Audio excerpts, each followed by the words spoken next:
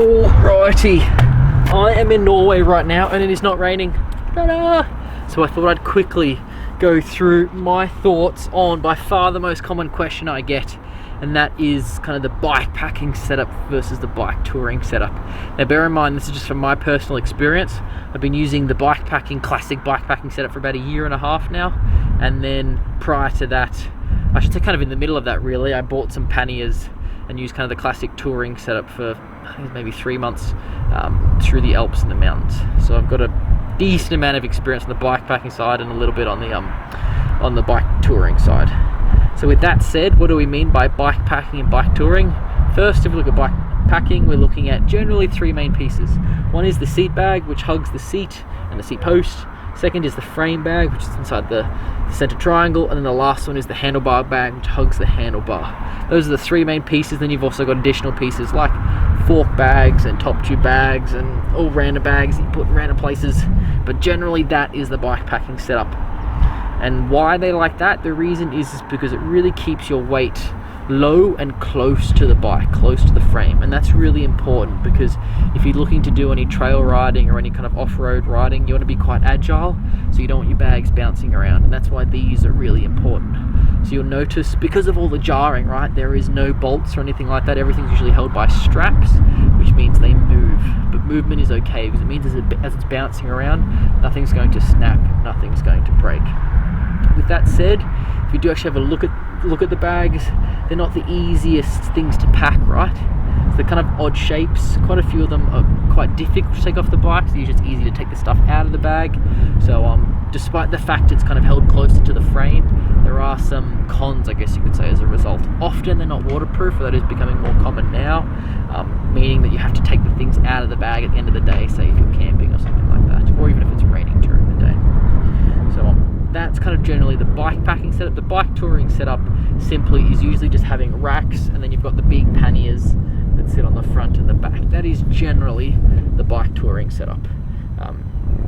Now if you're wondering why would someone choose bike packing or bike touring gear, the real key question, I think at least, is what kind of riding do you want to do?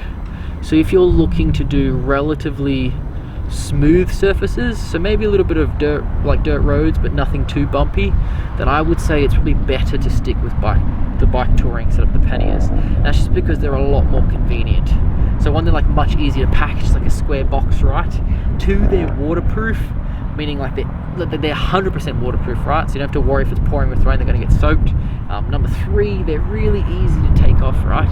So when you go to the supermarket, for example, you just poof, in like one move, take it straight off and drop it straight in a shopping trolley or something like that. So really easy to manage.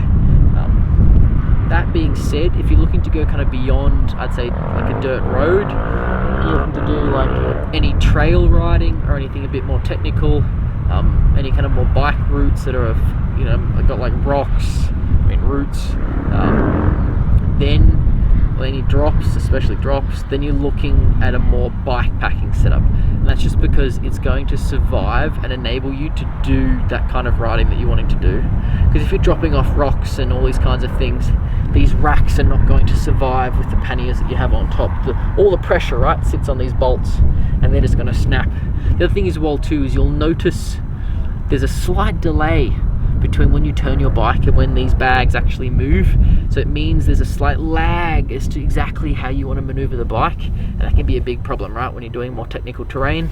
And also as well too, when you're like racing through the forests on some little trail, the rule I have with my bike packing setup is as long as my handlebars get through the woods, so to speak, you know, the trees or whatever, you're fine. The problem with the pannier setup is that, say you're turning a corner or something like that, it's very easy to catch a pannier, and I've definitely done that. It just rips right off. So that's if you're looking to do the kind of more technical, I guess you'd say a little bit more like kind of expedition style biking in the forests and all that stuff, trails, rocks, routes, drops, then I would say the bike packing setup is more ideal for you.